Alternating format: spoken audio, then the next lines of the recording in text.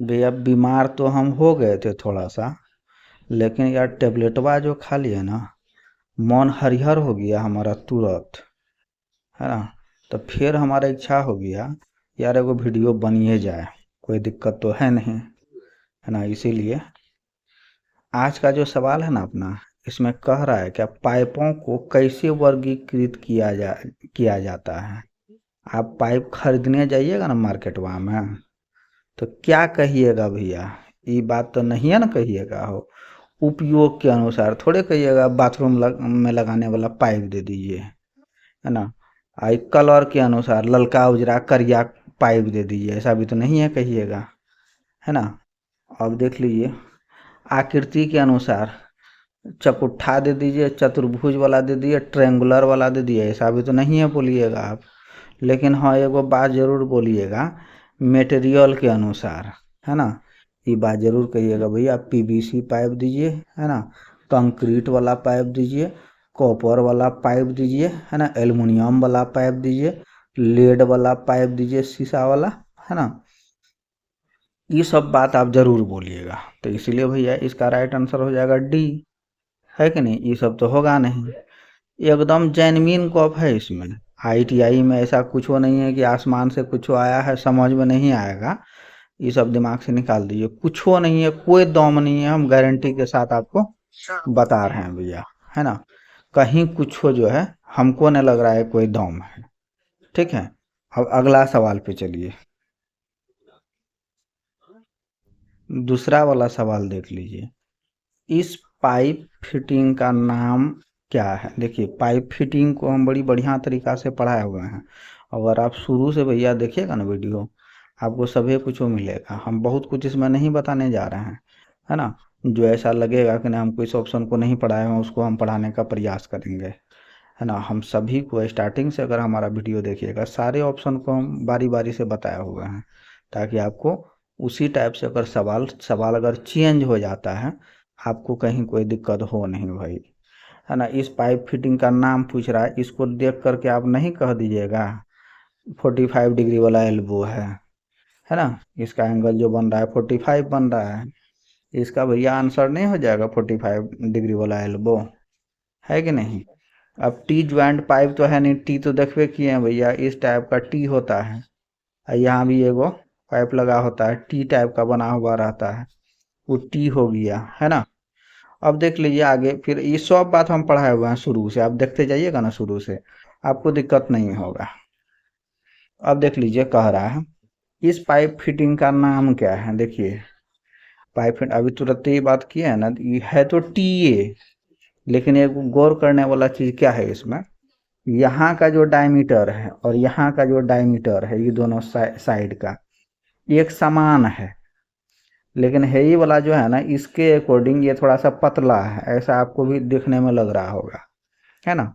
ये अब जहाँ मान लेते हैं यहाँ का जो साइज है उसके बाद यहाँ आगे जा कर के थोड़ा पतला हो जाए, तो इसको जहाँ भी इस फिटिंग को यूज करिएगा तो इसको कहते हैं ना रिड्यूस कर रहा है ना। रिड्यूसर का उपयोग किया जाए, रिड्यूस कर रहा है, जिसका जो डायमीटर है आगे जा कर के अगर घट जाए, ऊपर जाके घट जाए, नीचे जाके घट जाए, तो वो रिड्यूस कर रहा है, घटा रहा है। तो इसका जो साइज है, ये दोनों का जो साइज है टी ए है ही, लेकिन दूसरा वाला ये साइज है ये रिड्यूस कर रहा है, रिड्यूस कर रहा है मतलब ये पतला है ये मोटा है ये थोड़ा सा मोटा है तो टी ज्वाइंट है ना। तो रिड्यूस टी ज्वाइंट है ना, रिड्यूसर, है ना, टी ज्वाइंट। टी ज्वाइंट केवल रहता तो ये एक समान रहता, ये तीनों साइज, है ना, एक समान रहता पाइप का, है ना, डायमीटर, तो टी ज्वाइंट कह देते, है ना। इसी प्रकार से आपको थोड़ा बहुत पहचानना भी है, फिगर से दिमाग लगाना, हड़बड़ी में आकर के गड़बड़ मत कर दीजिएगा आप लोग, है ना। इसलिए अगला सवाल पे चलिए, ये पाइप फिटिंग का नाम क्या है देख लीजिए। ये देखिए इसका जो डायमीटर है ना, यहाँ का जो डायमीटर है, देखिएगा दोनों में अंतर है कुछ ना कुछ। इसका जो सेंटर है, इसका सेंटर अगर जाइएगा सामने तो इसका सेंटर अलग बनता है इस दिशा में, इस दिशा का सेंटर जो आपका अलग बनता है ना। ये चीज़ को हम पढ़ाए हुए हैं आपको इससे जस्ट पहले वाले वीडियो में, है ना। इसका जो राइट आंसर हो जाएगा ना, एसेंट्रिक रिड्यूसर हो जाएगा। एसेंट्रिक एगो और पढ़ाए हुए थे, कंसेंट्रिक, है ना, उसमें क्या हो गया, डबल वृत्त रहता है जिसका केंद्र, दोनों वृत्त का केंद्र एक ही स्थान पर रहे, उसको कहते हैं कंसेंट्रिक। एक वृत्त यहाँ पर है, एक ये पाइप है ना यहाँ पे, इसका डायमीटर का, इसका जो केंद्र है और इस साइड वाला का जो केंद्र है, देखिए दोनों एकदम बिल्कुल अलग है ना। ये थोड़ा सा ऊपर है, इसका केंद्र आएगा नीचे, इसका केंद्र जाएगा ऊपर, है ना। एक केंद्र यहाँ है और दूसरे का केंद्र यहाँ है ना। इसीलिए उसको कहते हैं एसेंट्रिक रिड्यूसर। मतलब यहाँ मोटा है, इधर पतला है, इसको मिटा देते हैं थोड़ा सा,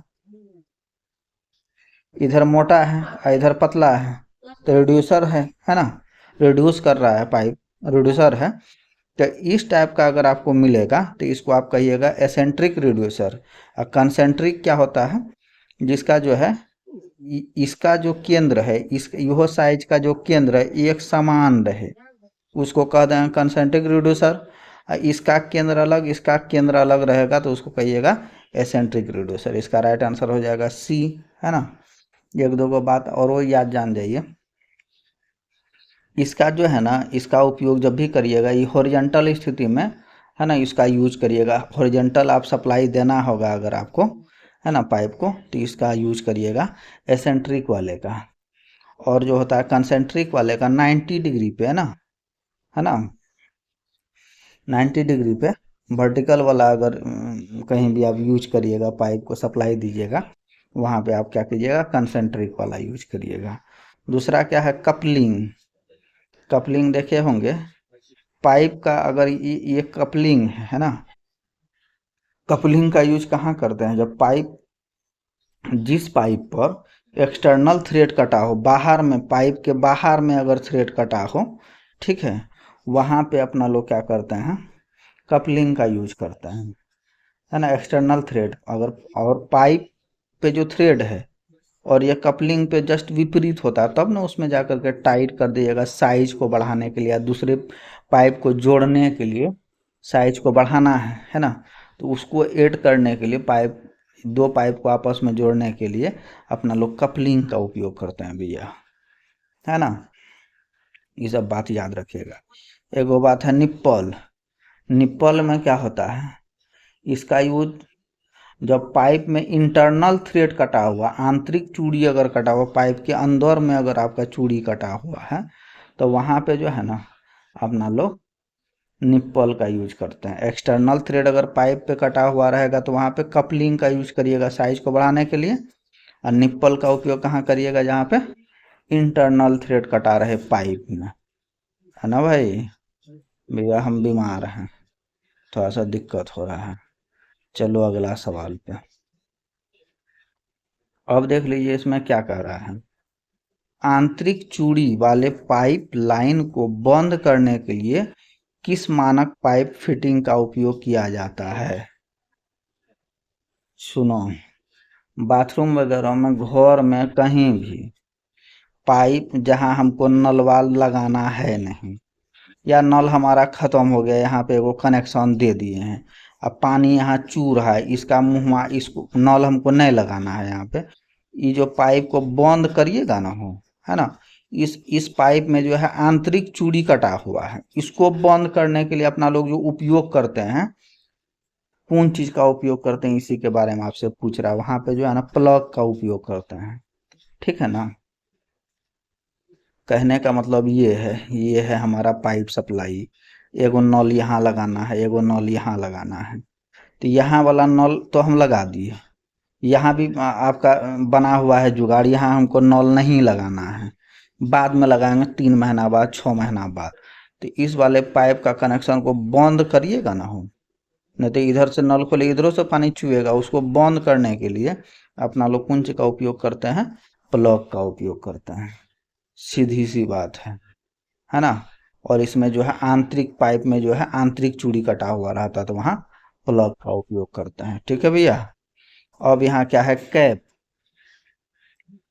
पाइप में जैसे ये सप्लाई है, पाइप में जब आपका जो है बाहरी चूड़ी कटा हुआ है, एक्सटर्नल थ्रेड कटा हुआ है पाइप पर, है ना, उसको अगर बंद करना है तो अपना लोग कैप का उपयोग करते हैं, ठीक है भैया। और दूसरा बात, दो पाइप को जोड़ने के लिए जब पाइप का बाहरी चूड़ी अगर कटा हुआ रहे तो अब अपना लोग कौन चीज करते हैं, कपलिंग का उपयोग करते हैं। रिड्यूसर क्या होता है, यहाँ का साइज जो है अलग है, आगे में जाकर के साइज अलग है, रिड्यूस कर देना है हमको, सप्लाई को रिड्यूस कर देना है ना, वहां पे रिड्यूसर का उपयोग किया जाता है। ठीक है भैया, चलो अगला सवाल पे। अब यहाँ कह रहा है किस प्रकार के रिंच का उपयोग 50 mm से अधिक व्यास के लिए मीटर पाइप के लिए मजबूत पकड़ के साथ कसने के लिए किया जाता है। 50 mm से अधिक अगर व्यास वाला कोई पाइप है ना, उसको मजबूती से पकड़ने के लिए, कसने के लिए कौन चीज का उपयोग किया जाता है, ये अपना लोग से पूछ रहा है भैया। आप लोग गांव घर में देखो ना, ट्यूबवेल चापाकल अगर गलाता है लोग तो उसके पास कौन चीज रहता है, चैन पाइप रिंच रहता है, देखे होंगे ना, चैन लगा रहता है पाइप रिंच में, पाइप रिंच में चैन लगा रहता है, उसको आराम से पकड़ बड़ी मजबूत बनाता है वो, है ना। और कह रहा 50 mm से अधिक, तो चेन, ये जो चेन पाइप रिंच जो होता है आपका 50 mm से 150 mm तक का, है ना, मोटा पाइप को, है ना, चैन के माध्यम से आसानी से पकड़ लेता है। कहाँ से, 50 से 150 mm तक का।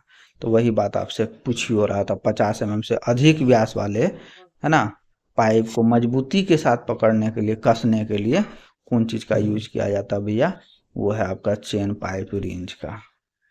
ठीक है, अब एक है क्या, अब चलो यार अगला सवाल पे, ये सब बात भी तो हम पढ़े ले हैं, देख लेना तुम लोग, शुरू से देखना यार वीडियो, यार हम बीमार हैं थोड़ा सा, है ना। अब कह रहा है इसमें पाइप को जोड़ के, पाइप के जोड़ के भाग एक्स का क्या नाम है। ये जो जोड़ल है ना, दो ये पाइप है भैया, है ना, ठीक है, ये पाइप है, एगो पाइप ये है, एगो पाइप ये है, दूगो पाइप है, दोनों पाइप को, है ना, क्या नाम दीजिएगा, इसके जोड़ को क्या नाम दीजिएगा, वही आपसे पूछ रहा भैया, है ना। इसको, इसका जो नाम देते हैं ना, हैम पैकिंग, है ना, एक पाइप को दूसरे में अगर सेट कर दीजिएगा, है ना, इसमें क्या होता है, एक पर होता है मेल, एगो होता है फीमेल, है ना, इसमें जो है टेपर्ड मेल थ्रेड भी इसको कहते हैं, हे वाले को टेपर्ड मेल थ्रेड भी कहते हैं। ठीक है भैया, और हेस्को जो है ऊपर वाले को, इसको कहते हैं पैरेलल फीमेल थ्रेड, है ना। ये दोनों पाइप को इहो बात कहते हैं, इसके अंदर में है ना, ये उसके ऊपर में है, चढ़ा हुआ है, इसके ऊपर में थ्रेड कटा हुआ है ना। इसका जो उपयोग करते हैं लीकेज को रोकने के लिए, हैम पैकिंग बनाते हैं पाइपों पर, हैम पैकिंग जो बनाते हैं तो लीकेज को रोकने के लिए हैम पैकिंग बनाते हैं। इस टाइप का फिगर को भी आप याद रखिएगा भैया, है ना। हैम पैकिंग क्यों बनाते हैं, लीकेज को बंद करने के लिए ही, लीकेज को रोकने के लिए हैम पैकिंग का, हैम पैकिंग बनाते हैं अपना लोग, है ना, इसीलिए फिगर से भी आप समझ सकते हैं। ठीक है, अगला सवाल पे चलिए।